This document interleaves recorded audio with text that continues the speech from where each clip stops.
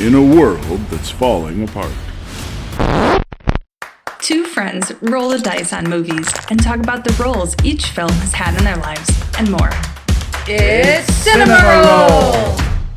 Hello, I'm your host, Fish, and let's give it up for your other host. Hi, that's me, Squid. In our last episode, we rolled the dice to choose a movie.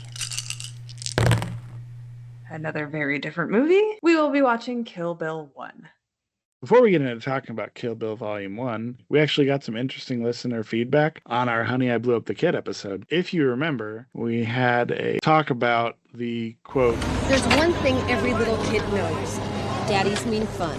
Mommies mean business." And when Squid and I looked at that, we were thinking about it from kind of a modern perspective and how it made it seem like when it comes to parenting, the moms have to do all the quote unquote dirty work and the dads get to have all the fun. And we had taken it that way. And one of our listeners brought up to us that back in the early 90s, the dads were always, and before, the dads were always kind of seen as the, the heavy in the relationship when it came to parenting. And there were all the classic lines, just you wait till your father gets home or till your father hears about this. And so the idea that in the 90s, moms meaning business could mean that they were actually taken seriously and given more weight in the relationship and in the parenting. So thanks for that. We always appreciate that feedback. And anybody else that wants to comment on things we've said, whether good or bad, can email us at wave@cinemaroll.com. Yeah, or fill out the contact form on our website at cinemaroll.com.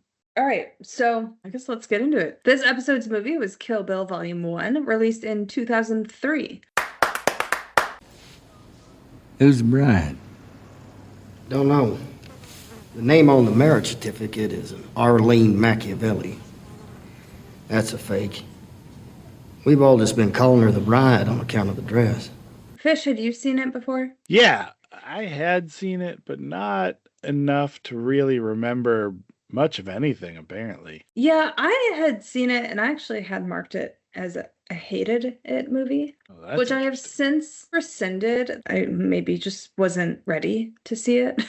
I don't know. I don't want to spoil the end of this episode, but I wonder if we're going to end up at odds again here. This will be interesting. Maybe. I guess we'll find out. So, Squid, how many times did you watch Kill Bill Volume 1? I watched it twice, and I watched it on YouTube where it was free, which was kind of nice. How about you? Same place every time, and I watched it 2, and we'll call it a half time, but not because I didn't make it all the way through the third time, but I was really just doing it to go through my cinematography notes, so I just kind of sped through a bunch of parts that I knew I didn't really need to see, just to grab specific details from some scenes that I needed. Cool. I had to pay attention to fashion in this one. What did you pay attention to? I had cinematography. Oh, this was a good one for that. It was, and I've got a whole thing about it, but the Tarantino of it all makes it kind of a challenge to cover. I can see that. But I will say, I'm excited to do a Tarantino movie. This is the first time we are getting, at least that I can think of, that we are getting one of those directors that's,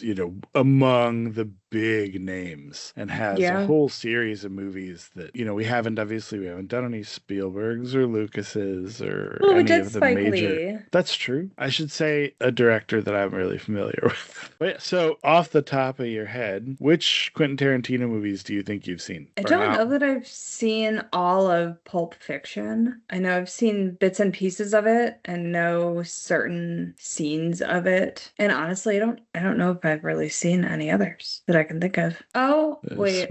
I know you asked off the top of my head, but now I'm looking at his actual list of movies, and I have seen more of them. I've seen actually a lot more of them. Mm-hmm. I guess I don't usually pay attention to the director too much unless it's like a big deal, but I have seen Inglourious Bastards and Django Unchained. I've seen From Dusk Till Dawn. So he's a writer on that one. Was not the director, but that's the first exposure I ever had. No, I think chronologically in my life, that's my first exposure to Quentin Tarantino. Pulp Fiction obviously came out before that, but I didn't see Pulp Fiction till after I saw From Dusk Till Dawn. So of his directed movies, I had seen 5. Pulp Fiction, The 2 Kill Bills, Sin City, and Inglourious Bastards. But I went and looked because I was curious how many of the, we'll just say the major movies he directed are in our list. And we have 8 out of the 11. So we don't have Jackie Brown, we don't have Death Proof, and we don't have Once Upon a Time in Hollywood. But other than that, we have all of the major movies he directed.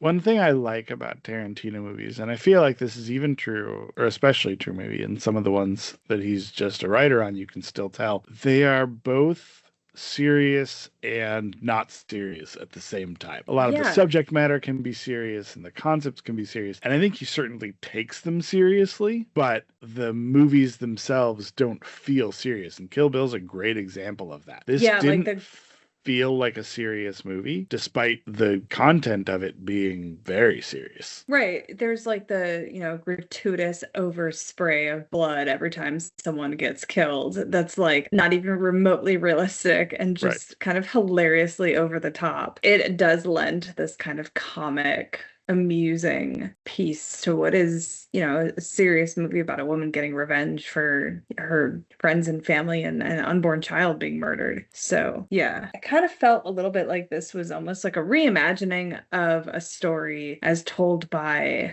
a kid or a teenager or something, where they're over exaggerating things and glancing over some things that I feel like I would have liked to have seen, to focus on other pieces, like going back and forward and back again and oh yeah, this happened. So yeah, I totally see what you're saying. Like out of the gate, it's got a really good sense of humor. I mean, it starts with revenge is a dish best served cold, Klingon proverb. Yeah. I'm not a big Star Trek guy, so I don't know if that's actually some kind of a thing that's said in the show I cannot by remember. Klingons. But even if it is, like, cool, then it's a Star Trek reference. And if it's not, then that's a really funny joke. Like that very serious quote is a Klingon proverb. So yeah, I mean, just kind of high level thoughts overall. I think it's fun to be in a movie that can skirt that line and take itself seriously and not at the same time, and make a lot of jokes in both the script and visually, that just are a lot of fun to do, and then reference and honor a lot of other movies, whether it means to or not, because there's a lot of things I pulled out of this that I was like, that reminded me of this movie and this movie, and we'll get to those, but yeah.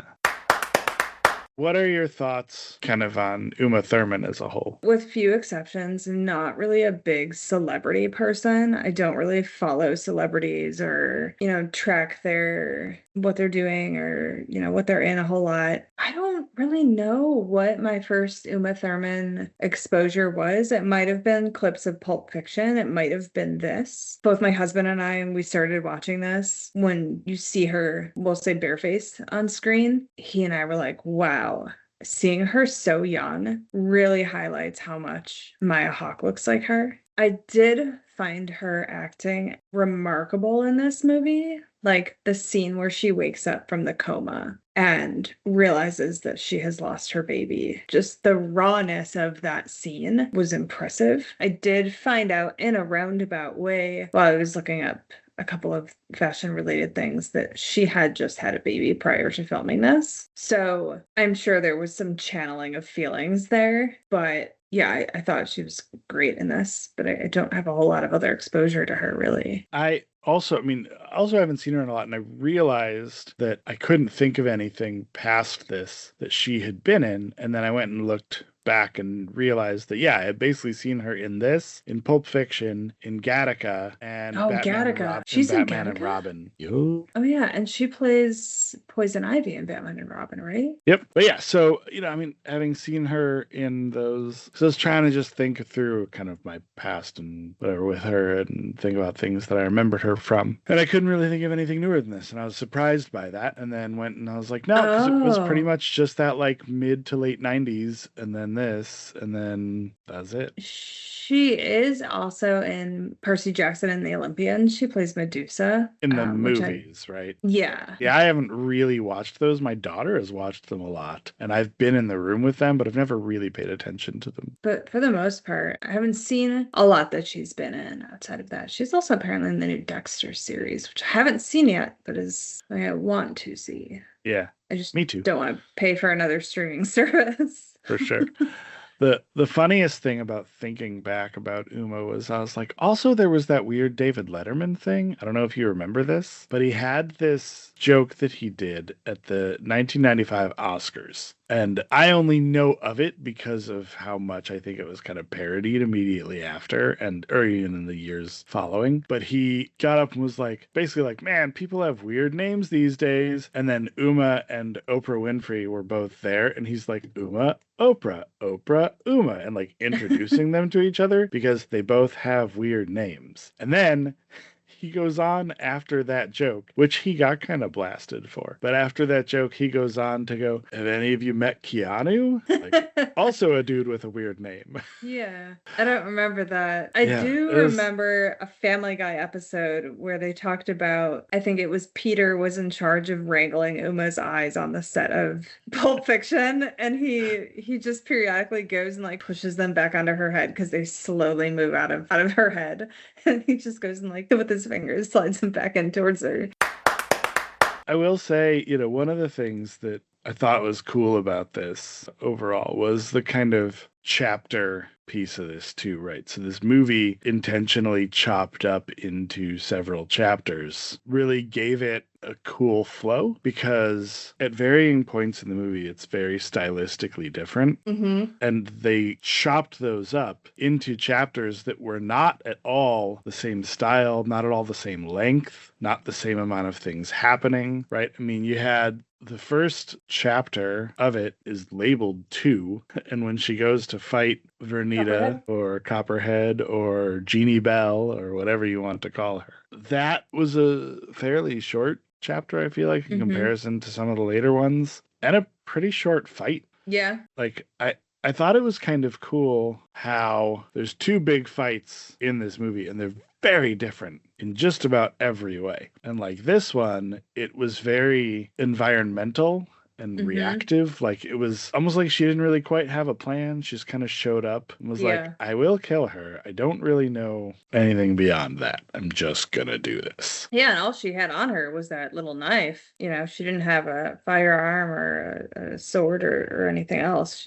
She had her body and a knife. Right, which is funny because actual timeline for her, this is the second person she's taking out. So she's already done all the stuff with getting the sword, and she's already killed O-Ren Ishii. So like, this isn't like her first rodeo with this part. She's already killed somebody on her list, and yet shows up to this one kind of like, this is all I got, just a knife. Yeah, and if you think about it, like maybe she couldn't travel back to the United States with that sword, but she had already flown with it once. Yeah, within Japan. And within Japan flight, but you'd still think that, I mean, maybe in checked baggage it would be fine. Within a domestic flight, we'll call it, and maybe an international flight, it was a little trickier. I did notice she wasn't the only person on the flight with a sword. Oh yeah, it was sitting next to her, wasn't it? There was one next to her by the window that was hers, but there was someone sitting closer to the camera that also had a sword. Maybe they zip tie them like they do at Ren Fair. There you go. That's definitely it. Totally. It's just that orange zip tie that you're fine. But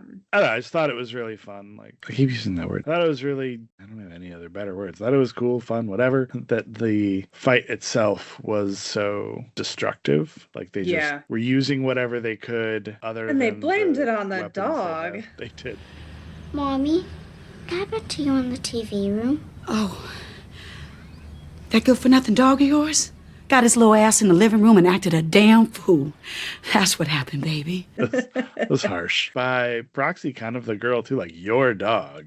Yeah. It's like, whoa, she's 4. Chill. Also, timeline-wise, so if she's 4, that means theoretically Vernita was pregnant when they all attacked. Had to No, have been. maybe. Yeah, So I mean, 'cause 4 this girl years and is 6 4. months between her attack and when she kills Copperhead. So yeah, she could have been newly pregnant. Yeah, I still had to be suppose. pregnant, though. You shouldn't know. Who knows? Yeah. But yeah, I Just had to saying. write down on my second watch some of the timeline notes. Just that, and they really only say that 4 years and 6 months between her attack and when she kills Copperhead, and that she was in a coma for 6 months, which I have some questions about. But Mhm. we can get to that. I thought she was in a coma for 4 years. So what did she do for those 4 years? I don't know, because the way I saw it first was basically she got out of the hospital, stole the pussy wagon, and went and like got real clothes, got steady on her feet, and then went and killed Copperhead fairly quickly. But I mean, she may have been spending 4 years training and building up her strength, because that was one of my things. If you're in a coma for 6 months, you're not gonna have the upper body strength to bash a dude's head in with a door, get yourself into a wheelchair, wheel the wheelchair away, get into a vehicle, and then after a few hours be able to walk. So I don't think that part's meant to be realistic at all. Here are 2 arguments I will make for why I think she was in the coma for 4 years. She wakes up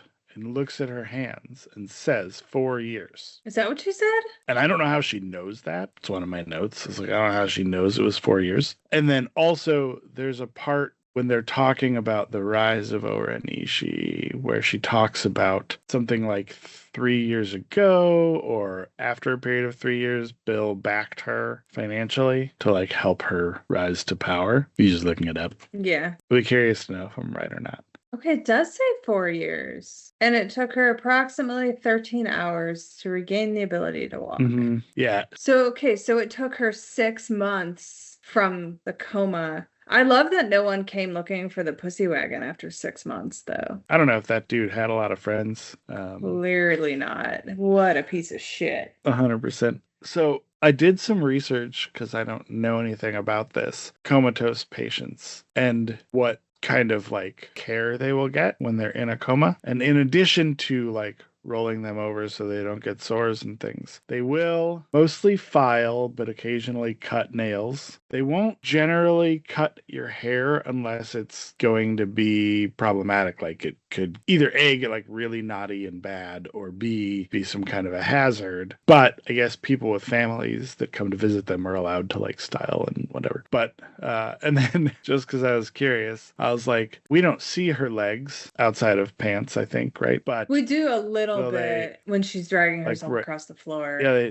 so I was like, will they shave your legs? And the answer to that is no. They will not shave your legs because you run the risk of getting a cut and getting that infected. That makes So, sense. Generally, if you're in a coma, they will do a lot of other things to care for you hygienically, but they will not shave your legs. Well, and I did also think it was interesting that she didn't even have like an oxygen cannula in her nose. She wasn't on a ventilator. Like she had one IV and some leads for, a heart rate monitor and that thing on her finger for her pulse ox. But she wasn't as hooked up as someone who had been in a coma for 4 years would presumably be. Yeah. Before we leave the death of Vernita Green, I wanted to just point out 2 quick things. One is that, and maybe I'm wrong about this too, because it happened so fast, and even with trying to like look back, I couldn't really tell. She kept a gun in a box of Kaboom cereal. Yeah, my husband and I both chuckled about that as well. But her shot was way off. It was awful. Several feet. I'm like, listen, I know you're shooting through a box, but like, is she just not good at that? Or has she just gotten rusty because she's living this suburban mom life? Or was she trying to get that shot off so quickly without it being so obvious what she was doing that she went wide? Not necessarily on purpose, but because she sort of had to. Also, presumably, like that box of cereal could have thrown off the trajectory of the bullet a little bit. I don't know. Yeah, I mean, maybe a little. Yeah, you and I are not the experts. I don't know. Is Kaboom cereal not a real cereal?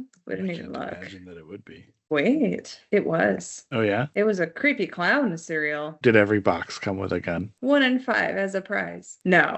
I did really like that she, in her understanding of vengeance, offered it to Nikki, the daughter, and was like, if you want to come for me when you're older, go right ahead. I totally understand. Like, I killed your mom. I super appreciated that. So when they hit chapter 2, the blood spattered bride, now you're getting the like flashback to the cops finding the scene and like the dad cop. With, by the way, 4 pairs of different So sunglasses good. on his car dashboard and wearing a pair. It's Why? amazing. I'm counting that it's- as a fashion note, by the way. I think it's a fashion note, a cinematography note. It was a very like quirky small town sheriff. Yeah. And yeah, I'm guessing it was like he was called Pops or whatever because it was his son that had been first on the scene or whatever. Because yeah, I mean, he might even have more than one son cop because he says, Give me the gore details, son number one. but I loved his like southernisms. So like, good gravy, Marie, and then telling his son, Can that blast me, boy? a great can line. confirm I have heard lines like that from people here in the South. Staying within chapter 2 and the hospital, I do not want to go into the Buck thing other than to say the truck driver, I don't know if you remember him, and I hope I'm not stepping on a category later, but he's one of Adam Sandler's guys that's in like every Adam Sandler movie. Is he?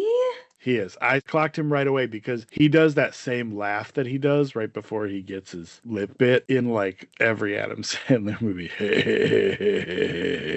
Jonathan Loughran. Yeah, Yeah, that's the him. trucker. He's in like every Adams, not Billy Madison, but Which like is- basically starting around, I think, Happy Gilmore. He's in like every single Adam Sandler movie. But yeah, you're right. Holy shit. While we're on it, and I almost hesitate to bring it up, but I had to suffer, so should everyone else. The cutting of an Achilles tendon. Awful. That is like, I have a visceral pain react. It's never happened to me, but my whole leg seizes up when I watch that happen, and I hate it so much. I knew right away what was going to happen when they set that up, and I didn't watch it because I had seen it in another movie and was like, no, absolutely not. So it's funny that you say that because I was trying to figure out why I was having such a horrible reaction to this. And I was like, why? It's never happened to me. And yes, it's a terrible, but I don't understand. And I was like, there must have been something else. So I went searching and I found an article of the 10 grossest ankle injuries. We're adding this in the movie notes. But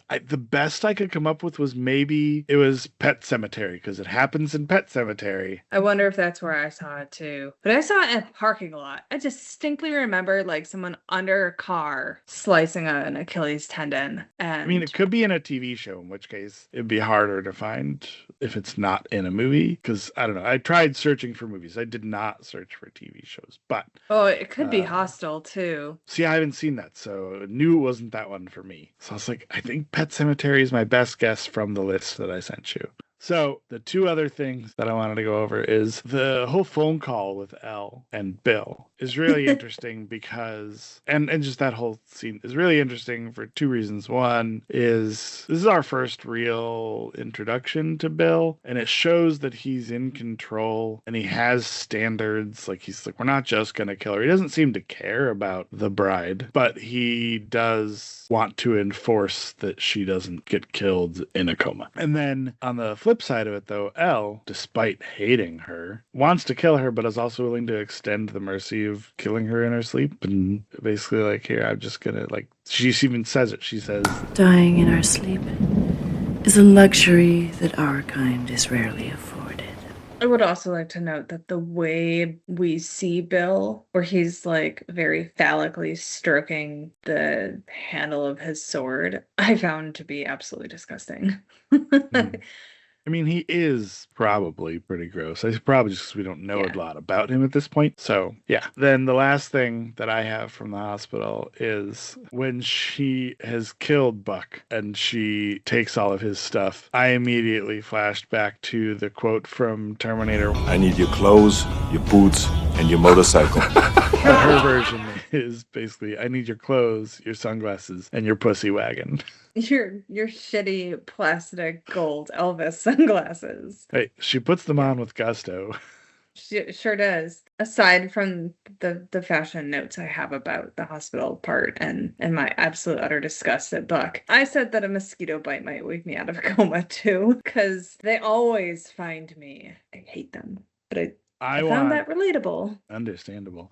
I want an offshoot of this where the mosquito becomes an assassin because it drank her blood and goes back and kills a bunch of other mosquitoes. She killed it. Oh, did she? Yes. All right, fine. But, I mean, I'm assuming she did. Maybe not. But maybe the mosquito's child comes to get revenge on her. There you go. Either way, that mosquito's presence creates an assassin mosquito, just for the fun of it. But yeah, that was all I really had for the whole hospital thing in chapter 2, which is good because then you start getting into the O-Ren everything, which was so entertaining. Yeah. She gets so much more backstory than Vernita got. At first I was like, oh, this anime thing is really cool. And like kind of a neat way to tell a story without putting like a child actor in a potentially traumatic series of events. Also is the first time you kind of see this gratuitous blood splatter, and then it carries through the rest of the movie and it kind of introduces you to that. But then I was like, wait a minute, did they do anime because she's Asian? Like, is it maybe a little racist? It's funny that you say that only because there was a whole thing, I guess, following this where people were saying that, like, this actually might not be the right article. Here. Lucy Loose Lamb's Teen Vogue. This is the one I was looking for. There's this concept of a dragon lady, here, it says it here. Asian women that are depicted as aggressive, cunning, and sexually manipulative. So people kind of came after this and were like, basically did not like it. And she was like, actually, like, I was fine with it. And the other women in this were the same too. You're only upset about this because I'm Asian. Like, I don't know if this is...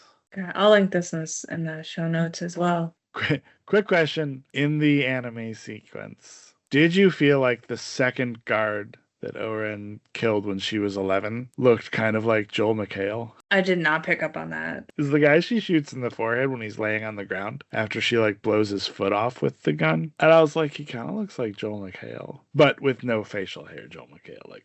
And then I felt like the guy that she assassinated that was in the limo at 20 was like a bobblehead. He was like, yeah, it just looked so ridiculous. I did really, for lack of a better phrasing, I really appreciated and liked the way they showed the bullet exiting her gun. Well, first of all, I noticed that when she's looking through the scope in the cartoon, you know, when she's that assassin in the red, you actually see her magnified eye through the scope, which I thought was really cool. And then you follow the bullet through that guy's head and you follow the trajectory of the bullet and then the trajectory of his head falling forward. And you see the two girls he's with like peek down into his empty head and then start screaming. And I just thought it was a really, really cool way to animate that, which is part of why I felt like this was kind of like a story being told by someone that, you know, is kind of over exaggerated.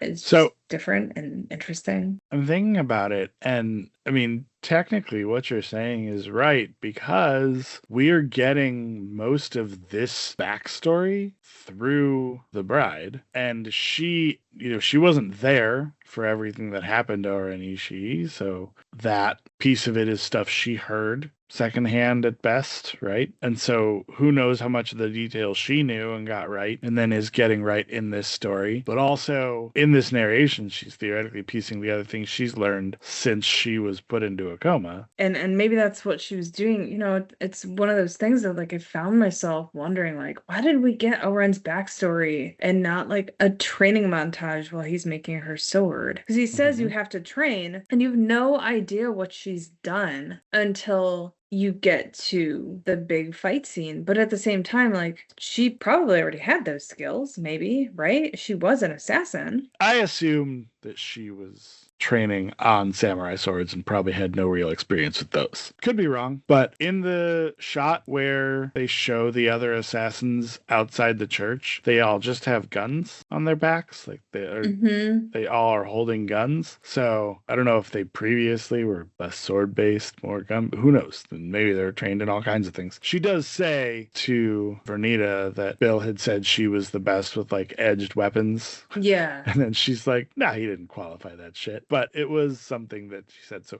clearly there's some blade use and whatever. And she had that knife and was obviously very good with it. But I will say, I thought to myself, find somebody that looks at you like the bride looks at Hattori Hanzo's swords.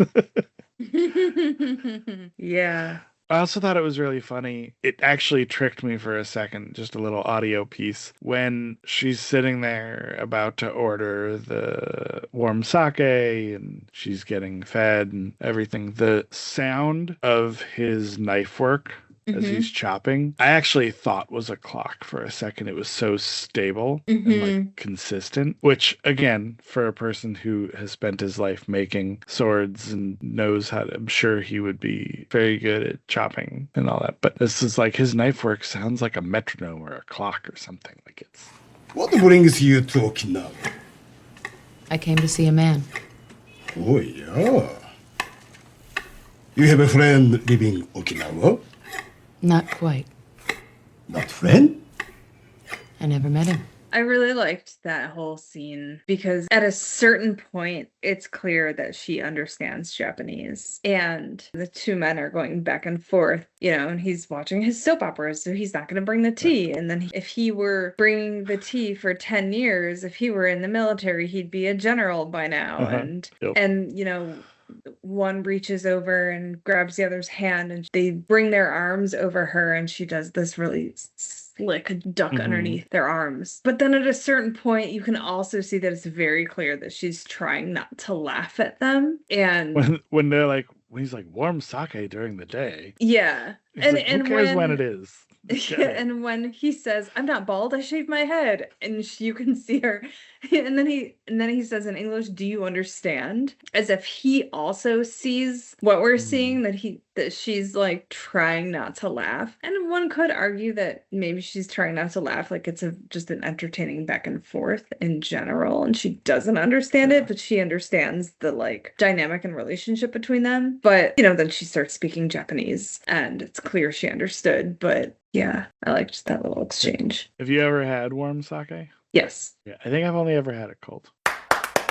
Then we end up in chapter 5, and this was a long one, right? I mean, this was a lot. And I want to start out with a question. There has to be a drag queen out there named Sophie Fatale or something like that. Oh, I'm sure there is. There has to be. But you get a lot more of that comical, bloody, violent stuff. Not just the like excessive spraying of blood, but when she cuts off the council guy's head, you get a lot of blood spraying out of his head. But also his head kind of like floats in the air for just a second. It doesn't just like slow-mo. Fall. And there's a couple of parts of the fight scene where like the jumps are like obviously there's wires. Yeah, I mean it's real. It's very Crouching Tiger, Hidden Dragon, but again, not taking itself seriously. Unlike that movie, which took itself very seriously.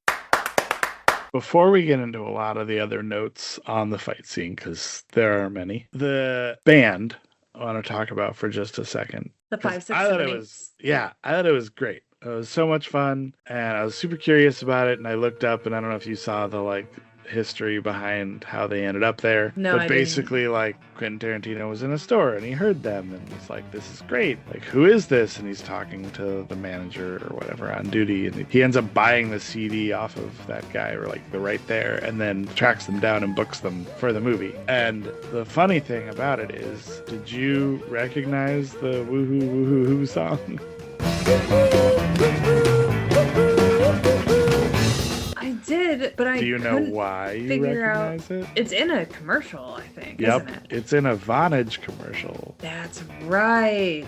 I just linked From it for you. 2004. We'll add it to the show notes. But yeah, I was like, the whole thing about the band was great. Like I mean, we can just take a second. The music in this movie is not specific to any one scene, and not covering anything, but is so note perfect. It has an energy. And I know, in looking up and doing some research, I know a lot of it is just homages to other movies and things that were used in other movies, but it's just so much fun. And the 5, 6, 7, 8s are the pinnacle of that, I think, in this movie. I mean, you've got the flip side of it with the Nancy Sinatra Bang Bang, My Baby Shot Me, right, and then some other tracks obviously that show up through it, but this one's kind of the pinnacle of it for me. It's just so much fun thing, and watching everybody dancing right before the carnage ensues. What was the dancing, by the way? It was very, very awkward. Almost some like of it dancing. is definitely how you would have found me dancing to that band. So Yeah, that's maybe. probably fine. But at one point, can we talk about Charlie Brown? Yep. So when that guy came on screen, I was like, what the fuck is with this guy's Charlie Brown thing? And then they're like, you remind me of Charlie Brown. And they start making Charlie Brown jokes. And I thought it was absolutely hilarious. And then O-Ren at one point is like, Charlie Brown, get out of here. And I thought it was really funny. But then I also, on my second watch, paid a little bit more attention to the dancing and was like, man, speaking of Charlie Brown, it looks like they're dancing like the Charlie Brown kids when Linus is playing the piano. There's one it of them was doing the just like Snoopy dance in the corner. really stiff and awkward dancing. And at one point it looks like they're line dancing. I just thought it was kind of funny. Yeah. But the Charlie Brown thing I thought was absolutely hilarious. And I It was. was not able to find anything. Granted, I didn't really look too hard as to if there was an intention behind that wardrobe choice. It's really the only other yellow. There's no way that everybody, and by that I'm just saying you and me in this moment, independently watches that and thinks of Charlie Brown, and then 2 minutes later a character says it without it being an intentional wardrobe choice. Yeah. They had to have known and said, we're going to dress this guy like Charlie Brown, and we're going to make a Charlie Brown joke, and everyone's going to appreciate it because they'll have already gotten there in their own heads. Right. And thought that he looks And like it's Charlie Brown, so, and then they'll it's get the such a payoff. timeless joke too. Like Charlie Brown is such a generation spanning character. I mean, my kids watch The Great Pumpkin, Charlie. It's a Great Pumpkin. Okay, Charlie yeah. Brown, So your kids would probably recognize that as well when they're older and old enough to see this movie. No, we're watching it next week. Sweet. They didn't watch it with you already? What kind of father are you? Of the year. But yeah, it's kind of like a joke that transcends generations, and it doesn't really matter what age you are, you're kind of gonna get it. But I mean, like, did they run across that kimono in a shop somewhere, or did they design it, right? Did they see it and be like, oh my God, we're gonna build a Charlie Brown joke into this movie? Or did they plan the Charlie Brown joke and make that kimono fit it is kind of more what I was getting at. You know, or did they cast a bald guy for that role and be like, man, this guy looks like he could play Charlie Brown. Look at his big bald head. And then put him in that and write that joke in because they felt like this guy looked like Charlie Brown. I'm manifesting this now. When we inevitably someday interview someone who worked on this movie, we will ask that question. Because that'll definitely happen. Definitely. I mean, this like, is a it call can out even just to... be like the fashion director for the movie, whatever. I have an article that talks about how she got the job that I will link in the show notes and we can talk about when I talk about fashion. So good. So I think we could probably dive into the actual fight now. Let's do it. Okay, again, if there are two larger scale fights that we see in this movie of her taking out the other assassins, this one is the opposite of the first because it is large choreography, almost exclusively actual weapons, not throwing tables, furniture and right. There's no cereal boxes involved, but it's the accuracy and intentionality of all of it is on point, right? You're seeing all of that constantly throughout the entire thing, with the exception of the fight with Gogo, where there is some table work. But yeah, it is the opposite of the first fight. So we'll say there's 4 fights in the movie, right? There's the first one with Copperhead, and then there's the one with Gogo and the spiky ball, and then there's the one with all the men, and then there's the final one between her and O-Ren. And that second one with her and Gogo with the spiky ball kind of transitions from the environmental to the calculated really well. She's kind of forced to kind of use the environment. She uses the table. She uses a table leg with nails sticking out of it to take Gogo out in the end, right? Which was interesting. Also, why didn't Gogo just lead with the razors sticking out of the ball instead of... Why waste your time? Whatever. What do I know? I know if I were doing it, that's what I would have done. But yeah, it was kind of an interesting go from this, you know, super environmental fight with Copperhead to a semi-calculated, semi-environmental fight with a still calculated, but, you know, using the environment and jumping from table to table and using a table to block or distract or whatever. And then the super choreographed fight that I, at the same time, was like, no one fights like this. Like, they almost did that thing that they do in every martial arts movie movie where every bad guy just waits for his turn when it's one on however many. And they literally had her surrounded. Yeah, I did super appreciate that she uses the reflective surface of the sword to kind of count how many people are behind her as a nod back to her looking at her own reflection in the sword. I think the first time she looks at one, I don't remember which sword it was, if it was the initial sword she looked at or if it was her sword, but I thought it was a cool way to like, she's watching her own six basically. But yeah, they literally have her surrounded and then they're like very calculated. Okay, this one, and then this one, and then this one. And they just keep coming. It's very video game. And then the movie goes black and white when she stabs the dude's eye out. Oh, I didn't pick up that that's like, when it happened. In that, it is exactly in that second. It's color. She has whatever that thing on her hand is. Yeah. She like basically punches one of his eyes. Fingers. Except if you look right after, it looks like there's something kind of spiky. Okay, maybe, yeah. I'm not sure what it is. So she like stabs out some dude's eye, and that's when it goes black and white. And at first I was like, that's really cool, because then it stays that way until she does the blink right before the lights go out, which is very cool. It feels a little less cool when you find out that the MPA was like, you got to tone down the violence a little. So making it black and white solved that problem. I thought it was interesting because it kind of made her a little harder to track, even though you still had the contrast of her lightness against all the dark, because everybody else was in the dark suits and she was in that bright yellow suit. And then when it switched from black and white to the color, but the power went out and it was blue backlit, you really almost had a hard time tracking her. Like there was one point where I was like, wait, who stabbed who? So I thought maybe that was it, but that's interesting. Only the short and messy hair that really makes her still visible in that scene. When the power goes out, I noticed it my second time around that it's the owner that turns off the power. The woman in the fur. Yeah. And I was like, is she like trying to tell people to get out? Hey, you guys are causing the problem.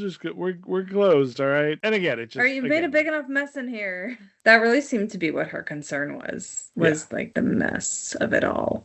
For sure. Which I guess I kind of get, but... And I tried counting how many people got killed. And I lost count somewhere in the 30s. Well, I was like, I wonder if it's 88. Like, is the crazy 88 because she actually has 88 people? Because there's a lot of them. Yeah. But I was like, summon a tribe. But I was like, nah, I'm good. I lost and there it were somewhere some in the 30s. things that she did that you saw multiple times, and I wasn't clear if it was the same person getting their leg chopped off, if they showed it just from different angles, because it was kind of a cool thing she did, or if it was different people. I did count something, though, in this movie, oddly. What's that? The number of times we saw bare feet close up. Okay. I'm pretty sure it was 14, which is a very high count for seeing bare feet close up. It did not count like the little tabby socks. When you saw feet in those, I didn't count that. I just counted bare feet. What made you want to count the bare feet? Because one of the things that I remembered of this movie, and I remembered it immediately when she got in the truck, I was like, oh, wiggle your big toe.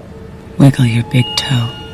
And you see her feet like 5 or 6 times in the course of just a couple minutes. I don't really like feet. And then on my second watch, I did the count, because on my first watch, I was like, there's a lot of feet in this movie. So on my second watch, I counted because I was curious if I was just noticing it and there weren't a whole lot, or if there were a lot. And 14 barefoot close-up seems like a lot. Moving on. Okay, so it's so hard not to die laughing at a couple amazing moments. And the one is once she's taken out everybody else and there's just the kid left. And she cuts down his sword and then just starts spanking him. And this is what you get for fucking around with Yakuzas!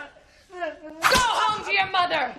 And he so runs that off was crying. That was amazing. But then I don't know if you caught this. They pan down when she's like, everybody get out of here except for you, Sophie.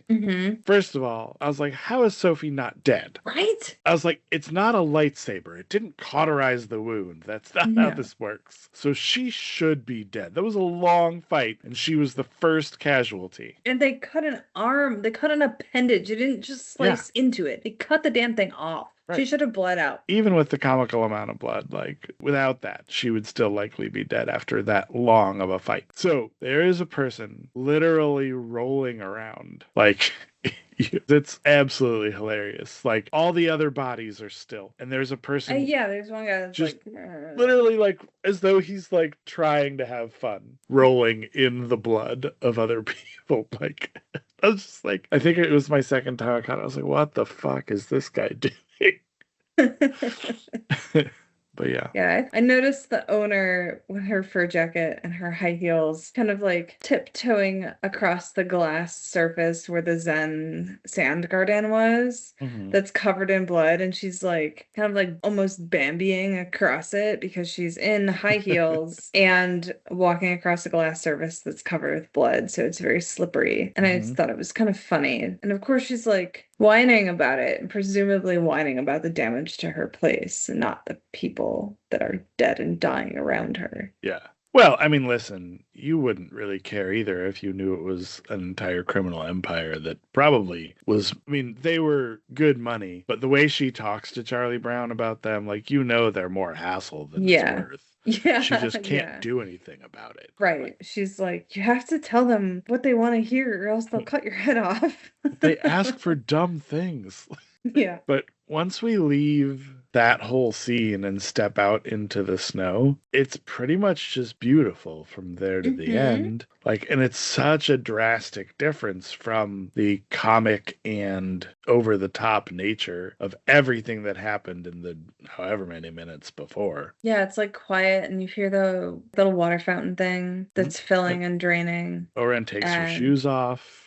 In the snow with wet socks. I mean, priorities. Right. But yeah, it was just like very quiet and zen. It was a really interesting moment. And it's funny because at the beginning of it, O-Ren feels, as she has pretty much in every scene to this point almost, very composed and has her wits about her and is, you know, knows everything that's going to happen, is planning. And as the fight continues, that deteriorates a little bit every time that you see her, and she seems a little more panicked. I mean, up until she gets her leg sliced, you still kind of see, at first she seems confident and like everything is good, and as she continues to fight, it just gets worse, I guess. She's less confident, a little more nervous with every step in that fight. I mean, really, I think the only time she kind of loses her cool is when Tanaku questions her ability to lead based on her heritage. Right.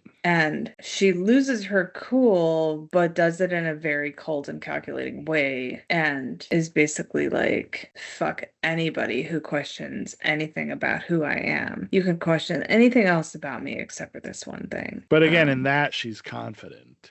Yeah. In this, she starts to lose it, like she knows she might die here. Mm-hmm. And I mean, listen, if you slice somebody in the back and then they get back, somebody you've already tried to kill once. Yeah, that's someone that's been in a huge fight on top of it for however many minutes it was. No, I mean like the first time she tried to kill her in the church. Oh, yeah. So you literally already tried to kill this person before. They've killed every single member of your death squad or except for the one that she sent home crying to his mother. Right. Yes, exactly. And now you know you might actually die because you sliced her in the back and she got back up. She's ready to fight.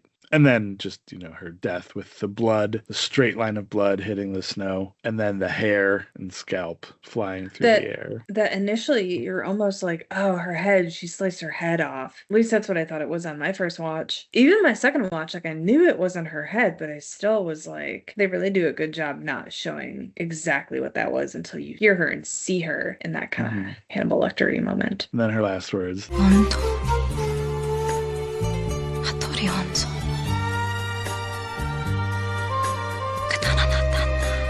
So that really was Hattori Hanzo Steel or whatever. Yeah. So the last few like plot related things that happen directly is then you get all the stuff about what she did to Sophie. And again, I've watched too many other movies. She's talking to her about cutting off the other parts and like she's like, and it's gonna be stuff you'll miss. And first of all, I'm like, listen, I would miss all of my body parts. I mean, I know I can understand if you were like, I'm gonna cut off your pinky toe. Like comparatively, yeah, I'd rather you do that. Yeah. Like that sounds better to me than, you know, an arm. But it's not like I wouldn't miss it.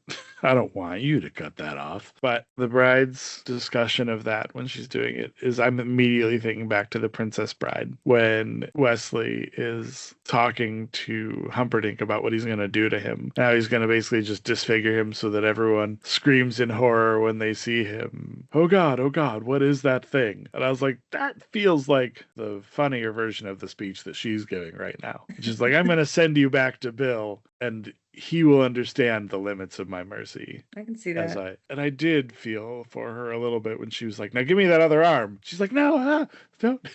Yeah, I thought, and that was kind of another, like, his movies are taking itself too seriously when it's like, now give me that other arm. So yeah, any other kind of broad strokes or specific notes? I really liked when he wrote Bill's name in the window. We'll call it dirt. And then she took her sleeve and erased it and then realized she hadn't erased all of it. So she took her finger and like finished erasing his name. I thought it was like, again, like kind of funny. I assumed condensation. You assumed grime. Yeah, maybe it was condensation. Doesn't matter. Yeah, it could have been both. I don't know. But yeah, I wondered if it was intentionally done that way to like show that she really wants to fully erase him from the world. That's kind of how I took it. I like that. I liked that. I don't really have anything else. The only other things I had were interesting and one random and funny thing. So for starters, I don't know if you saw in anything you were looking up that essentially before this was done, this character was created by Quentin Tarantino and Uma Thurman. Oh, I didn't know that. She's credited with creating this character with him, which is cool. That is cool. I try not to do a whole lot of digging on what we're watching just because I don't want to like ruin my views on things too much. I agree, especially before views. I don't like to look at yeah, anything. I don't before at all. If it's a movie I know really well anyway, then I don't mind so much. But yeah, if it's a movie like this that I'm familiar with but not super familiar with, I will look a couple things up just if it enhances the experience. But I try not to go too into the weeds on anything to where it will skew how I feel about it overall. But a couple credits that I caught when I was watching the credits. The actor Sonny Chiba, who played Hattori Hanzo, was also the samurai sword advisor for the movie. Oh, that's cool. Right? And then I had to look up what this word means, and I'm probably going to butcher it. Kenjutsu is, I guess, the larger category for Japanese sword fighting. And there's a trainer and a trainer's assistant in the movie. And the first guy in the Crazy 88 that O-Ren calls to fight her, Miki, is the Kenjutsu trainer. Oh. And then Crazy 88 number 6 in the initial group, she's the trainer assistant. So that was pretty cool. And then the fight team manager's name, Fish Fong.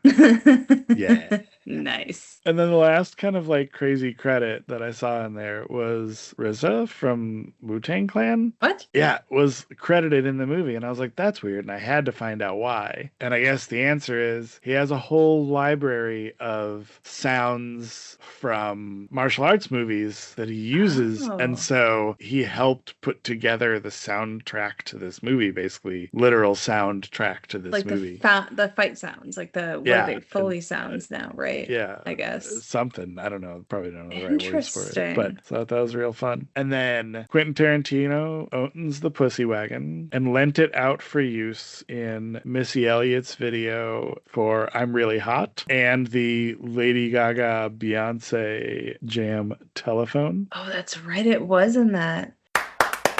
You had to do fashion. Do you want to jump in and tell us what you found? I feel like I don't have a whole lot, but I know at the same time I kind of do. Let's just start with that blue velour hoodie that Copperhead is wearing. It's like a bright blue and it's got stripes across it, and it's so early 2000s. Like I feel like it was right out of a Delia's catalog, and she's wearing it with these low-cut striped dress pants that were definitely like very on par with like that express workwear / clubwear look of the time. And she's got these kind of chunky metallic sneakers on, but again, very of the time. And then at the same time, Bride is in these sleek sneakers kind of throughout the whole movie, except for when she's barefoot. And those are also very much like, I had two types of sneakers at this time in my life, and I had like chunky Skechers or Puma Speed Cats. That was like it in the way of sneakers or flats that I owned. We already talked a little bit about the sheriff's 5 pairs of sunglasses. But then we get to that white coat in the hospital that Elle Driver is wearing. And I immediately was like, I want that jacket. Except I don't, because I'm not cut out for wearing white. But it's this beautifully cut white trench coat that is outlined very pristinely in black. And the whole outfit is actually, you can see the cuffs of her pants have like a black outline, and her shoes have black stitching. And even her eye patch has like black stitching around it. And I loved the whole look. And on my second watch, and this will show just how clueless I am when it comes to this. I thought it looked like the belt was drawn on. Was it stitched on or was it drawn? It's not a real belt. So it's not a real belt on that. But the buttons are real. Looked drawn on. But like So the was it details stitching or are pretty much all drawn on, like the bands around the cuff of the sleeve, and I don't know what that proper term is, and the belt, and even the pockets. If the pockets are real, like there's no folded over fabric, it looks like. The jacket and the whole pantsuit and everything was actually Moschino. I'm probably butchering that designer name, but it did actually walk the runway, that whole look. I found an article from Vogue from 2023 that talks about the costuming and kind of the history of the costumes and the costume designer and where she came from. But that whole white look, the white coat, the pants, and the shoes with the kind of black drawn on elements in some cases. And it does actually, in the photo of her still from the movie, you can actually see that the coat does have real pockets. But that all walked the runway of the Moschino Fall 2001 collection, minus the eye patch, presumably. And it's all this really classic cut, very straight leg pant, very classic cut trench coat. The shoe's a little dated, a little of the time. It was a very, very, very pointy shoe, which has kind of fallen out of style a little bit. But yeah, it's just this stunning ensemble that's very badass in a way that's a little different from the standard femme fatale, right? It doesn't really highlight her curves. It's not the skin tight black catsuit that you usually see female assassins in. I just kind of liked that departure. And this whole movie kind of departed a lot from that. The original view of the 4 killers, you do see them kind of in all black, but that's really the only time you see them in anything that would be considered kind of a traditional assassin outfit. And this article I found that I'll post in the show notes talks a little bit about some of the costuming decisions. And one of those is actually because Uma Thurman did just have a baby shortly before starting to film this. And she needed a costume that was going to be easier to move in and a little bit more comfortable. And she was pumping, so she needed to have access and wanted to be easy. But I also really appreciated that aside from Elle Driver, you really don't see any of the women doing hardcore fighting in ridiculous shoes. They're not in high heels or wedge boots or block heel boots or anything that we traditionally see, whether it be assassins or superheroes. They're in sneakers and flats and in shoes that move, that allow them to move deftly and quickly and swiftly on their feet. And I really, really appreciated that they did that in this movie. But going back to that jacket real quick, that white jacket, I paused it on my second watch to do a quick Google search, and I found that there's actually a version of it still available today that you can buy. I found a link on a website called Jackets Masters, and it's on sale right now for $129 from $179. So it's a very obtainable, and this one actually looks like it has a real belt, and it's called the Elle Driver Kill Bill trench coat, and it's got stills from the movie, and you can see just how close it is to what it was in the movie. And let me tell you, if I thought that I could handle a white jacket, I would probably buy this for myself because it does have this just classic feel to it, but it's still just such a statement piece at the same time. And this particular one looks very well made. But I did find a link. It looks like it's the original jacket in the Met Museum. So I'll link that in the show notes as well. The costume designer was Catherine Marie Thomas, and she was actually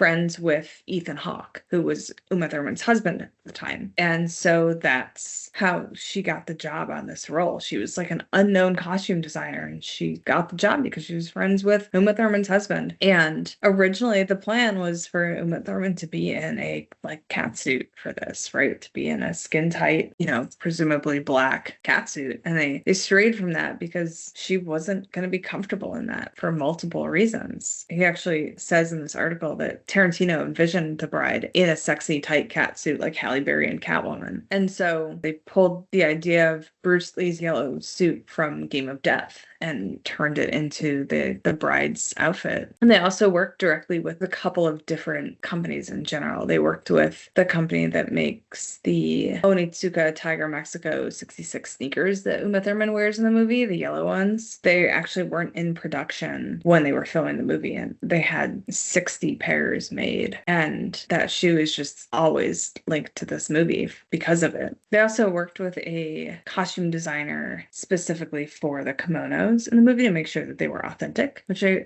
kind of appreciated as well. I don't know a whole lot about kimonos in Japanese culture, but I do know that a lot of people appropriate it in a way that is not great. So I appreciate that they, even in 2003, went and made sure that it was authentic. I kind of got a little out of order here, but I also really liked the montage of Elle Driver changing into the nurse costume. I thought it was funny that she put on like thigh highs with that though, because it kind of read a little like fetish nurse. But that whole nurse's getup kind of read fetish nurse to me too in general. As though it were something she already had at home. Yeah, something. It was very like role play nurse versus like actual nurse. I've certainly never seen a nurse dressed like that before. They're usually just in scrubs. But she can really accessorize. True. That I loved that she even changed her eye patch though, because the other one would have worked fine. It was white, but she put on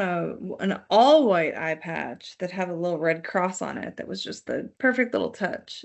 Do you feel like then canonically at home she has an entire closet of various eye patches? She has, probably a black leather eye patch for her black leather catsuit. Or does it mean she has an eye patch guy that she's like, I'm gonna need a Red Cross eye patch by Tuesday. Can you do that? Probably. Or is she just making her own? Is she sitting there with a sewing machine making her own little eye patches? Maybe? Like Catwoman? Who knows? Maybe she does have her own costumer who's making her own get-ups for when she needs to get into a look to do whatever she does, however she assassinates. I think need to is not quite fair. I think want to. She enjoyed that. Absolutely. Let's be honest. I would do the exact same thing. I only have one eye patch currently for my pirate costume. And I don't wear it a whole lot because it's hard to depth perception. Anyway, back to the movie fashion. Not as deep as the Elle Driver's eye patches, but Uma Thurman's graphic tee,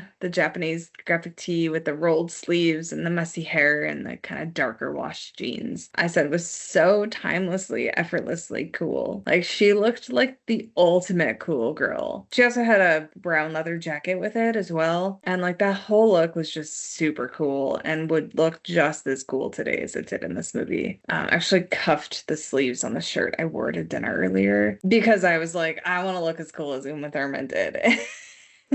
Like, I don't know if I succeeded, but yeah. There was a note about Sophie that she was dressed like a Star Trek villain, and she's really just wearing black. It was basically like a collarless shirt or dress. You don't see a whole lot of it. And I had to kind of go and look at Star Trek villains. I don't think there's a single Star Trek villain, except for maybe the Borg, that wears just black. Like, they all wear kind of ridiculous over-the-top costumes. So that was kind of funny that they say she's dressed as a Star Trek villain, but she's actually more like put together black, simple, but it was still a really funny line. But that yellow tracksuit is probably one of the most iconic movie outfits. If you put that on and go to a Halloween party, chances are everyone's gonna know who you are, even if they haven't seen the movie. Like, so, oh, you're Kill Bill. Like, I had that same thought. But yeah, that was really, I mean, the rest of it, aside from maybe the schoolgirl outfit and the white kimono, like the rest of it's kind of forgettable. But you spend so much time with that yellow suit, and you kind of see the origin of it too, right? Where it's a motorcycle suit and like totally iconic. I don't have a whole lot of notes on the Pussy Wagon because honestly, I'm not a truck girl. Don't know a whole lot about trucks. And I was so disgusted by that character that I didn't really want to deep dive into his truck because ew. It is always satisfying when a disgusting and terrible character gets a great comeuppance. Yeah, no, I thought the death scene was actually really well done. Like, I appreciated that they didn't show with any of the gore, which I thought was interesting considering this movie is actually pretty gory. But when they bash his head in, he does this great, he does great acting with it, right? He like twitches his legs a little and then she bashes his head again in and he twitches his leg again. And I just thought it was presumably realistic. I guess I'm not really sure. I've never bashed someone's head in with a door after being in a coma for 4 years. Why don't you try it and let me know? Will do. We might have hollow core doors. I'll have to try it the next time I'm in the hospital to see. Fair.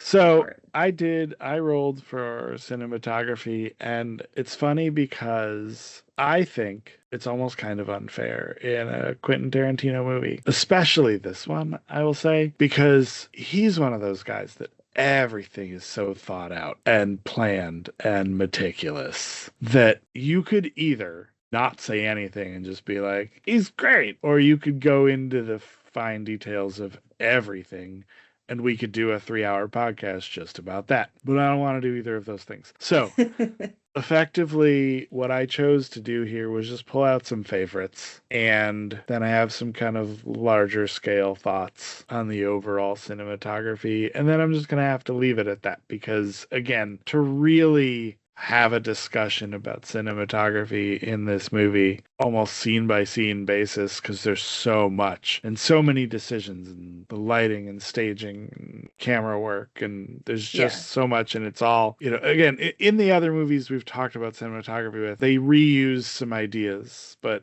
this one, everything is so different from one chapter to the next, and the whole look of everything changes so much, the music and the sound and everything. And so on those broad notes, we talked a little bit about the music, which is underpinning a lot of this, but the lack of a score, I thought, is really worth diving back into because there's so much where it's just ambient sound and Foley. And there's a lot of quiet in this movie, which is interesting for an action movie. Right, but it really relies on the scene to carry itself and convey emotion and allow the actors and everything else that's happening. You really can focus on it. And that's great.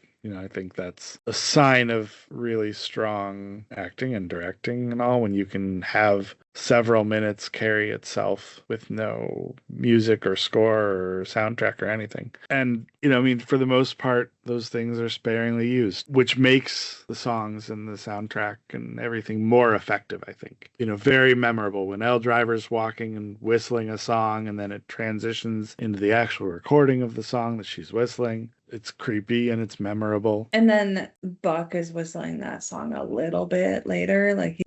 So there's that. There's a lot of color variations. Overall, again, very broad concept here, but you've got black and white scenes, the very opening, the flashbacks, the fight scene leading up to O-Ren's death when you've got that whole black and white section, right? You have some sepia flashback pieces. You've got when O-Ren's staring down at the bride during the massacre in the church. There's a little bit of that's sepia. The hospital lighting is very dull. The colors at Vernita's house are rich, really vibrant, right? There's even one selective color scene too, where you really only see Uma Thurman's blue eyes, and it sort of starts to resaturate the rest of her a little bit, but not quite as bright as her eyes. I thought that was really interesting. And then a lot of, the close-ups on the eyes when the bride meets up with her enemies, where they just frame just their eyes and they look really intense and scowly. And then lots of different types of angles, right? They had overhead shots and shots from underneath with the glass floor in the club and shots from the side at ground level and just all kinds of things like that. A wide variety used, again, to convey very different scenes and emotions and all that. But I had pulled out 7 favorite scenes, some smaller than others, just little things they did that I really appreciated. animated. And the one we talked about already, the sunglasses on the dashboard, because it is a little crazy, but they don't move. It looks cool. It's clearly important to him. But then when you go inside and he's looking at the bride, you can see the tint of his sunglasses coloring her green. It's a choice and it's a good one. I thought it was cool. I would say probably my award for my favorite is with Elle Driver in the side-by-side matchup with the bride. Yeah. Because it's not just interesting watching both of them at the same time, the one not moving at all, the other preparing to kill her, but they're matching body parts and the weapons kind of too, right? So as the body parts are matching up, that's one piece. But when they show the bride's arm with the IV in it, they're showing the needle that Elle's preparing to use. And then they even at one point show both of their left eyes, which is Elle's only eye, and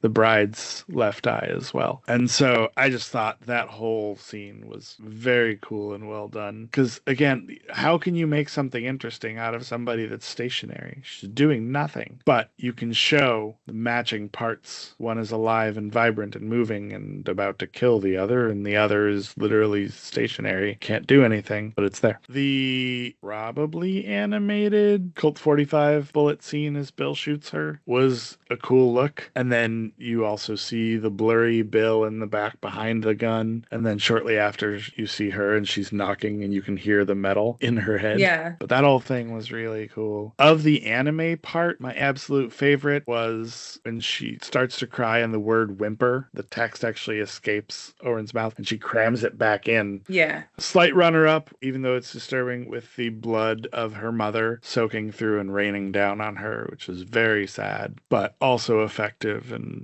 wonderful. On a lighter note, there's the "You like swords, I like baseball." Everything about that scene was beautiful with the swords in general, and there's humor in it, but her looking at the swords, and that character, Hattori Hanzo, he's wearing white too, and they oversaturated the white and he glows and shines kind of almost up until she mentions Bill's name. And then he like steps into the darkness when he writes Bill's name and no longer is shining because that's his shame, right? He created this monster to a certain extent, right? Then there was just the one concept again of some mirroring in here where Bill walks the floor and you see his shoes walking the exact same path that the cops are walking on the floor too. So you watch their feet, their same shoes. cadence even. Almost to the point where like you almost wonder if it's the same person. Yeah. Because it's the same type of shoe and the walk is almost identical and it's this very, yeah. And yet they're opposites because the one is the man who was trying to kill her and the other are the people that are effectively going to save her. And then the last one is just at the end in the O-Ren fight. They did a lot of wide shots where the camera doesn't move at all. And all of the action is tracking the characters from left to right and vice versa as they run around. You know, when they're on both sides of that fence, there are a few shots like that where they just take a really wide, stationary, non-tracking shot.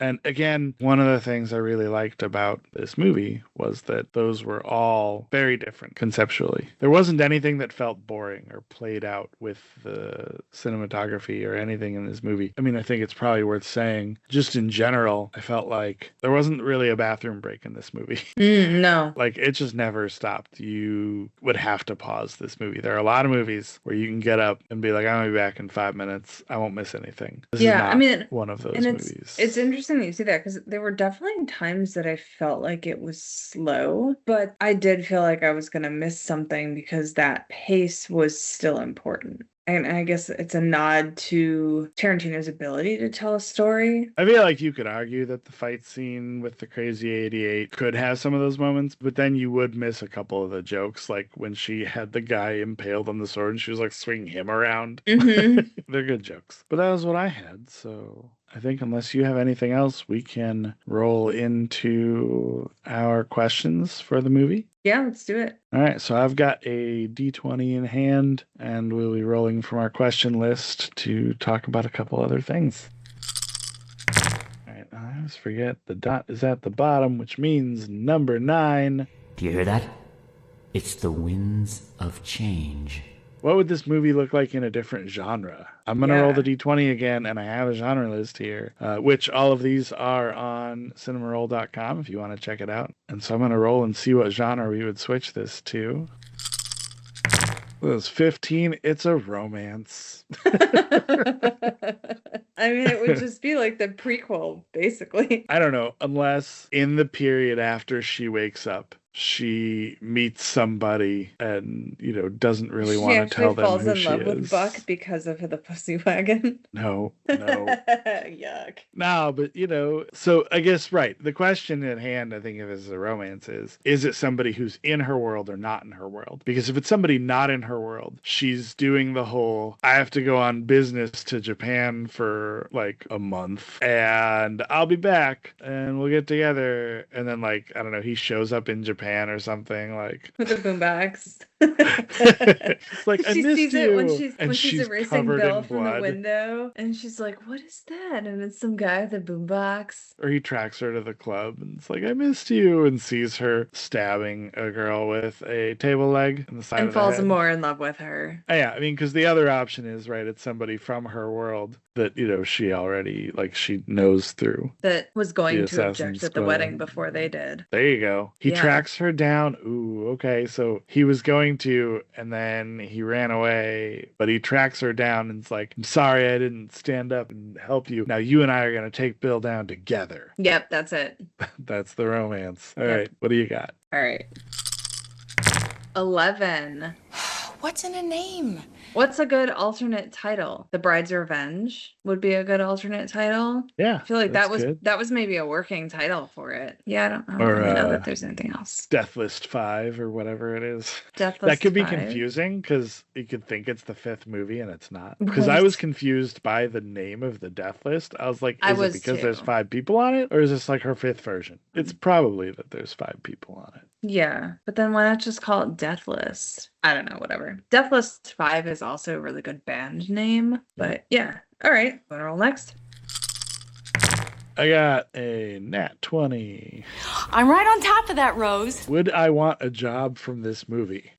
Oh, probably not. I mean, I don't know. Not I even. might. Hold on. There's one. Yeah, I think be I'm down the same for. one. I don't know. We'll see. I would not mind being Hattori Hanzo's other the general. guy. I want to be the general. Yeah. Yep, the sake. Yeah, guy. yeah. All right, good. It's probably That's the it's only a safe job. Or I think, maybe for the most part. one of the band members. That Yeah, seems like a sure. safe job. I could be or I a could be roadie. You could be a roadie for the band. That seems like maybe it'd be pretty safe. Could be either 4 or 9 in the 5, Yeah. 6, 7, 8. Yeah. Okay. All right, so before we move on to what we're doing next, I know this one's gone a little longer, but We have to do our ratings. oh right, we do. Squid, what did you go ahead and rate this? So I did mention earlier that I had originally had this on my hated list, and I did pull it off of my hated list. I didn't hate it. I just might have seen it at a time where I wasn't able to fully appreciate it. I definitely liked it better on my second watch than on my first watch this time around. And I might like it a little bit more if I were to watch it again. But I did find it a little slow, even though I'd said that those slow parts were still kind of important to the story. I still felt like it was maybe a little bit too slow. I don't know that I would seek it out again to watch if I were pawing through movies to find something to watch if I were bored. And I don't know that I'm you have to see Kill Bill Volume 1. It is quintessential for you to see it. So that said, I gave it a 4 out of 10. Yeah, I mean, so first of all, I've watched these closer to each other than I've done with other episodes. All of my watches were in under a week. Regardless, I had a lot of fun with this, and I generally think that doing this deeper dive made me appreciate it even more than I had before. So I ended up giving this one 4 fins. Hearing your cinematography stuff kind of made me appreciate it a little bit more. And I was like, oh, I could change this to a 5, but that felt a little not right to me. So maybe this is one of those films that as you watch it more, you appreciate it more. Definitely could be. All right, so it is time to pick our next movie. All right, so as always, we do a D20 for the page of movies and a D8 and D10 for picking the movie itself. All right, you want to drop that D20? Got it. 11. I'll drop that D8. 7. You have to re-roll the D8. Oh, right. All right, replacing the 7 with a 1. You want me to do the 10? Do it. Do it together. 3. Megamind. I don't think I've seen this one. I don't think I have either. I can picture the poster. Yeah, I've me not too. Seen it. Neither of us have seen it. Okay, it looks like it's on YouTube, Apple It's TV, all for Amazon Prime. It's all Right? rentals, though. So yeah, it's time to check the libraries. Oh, I got it on Blu-ray at my library. Me too. Yeah. Oh, we need to roll for our focus. Oh yeah, we do. And for that is a D12.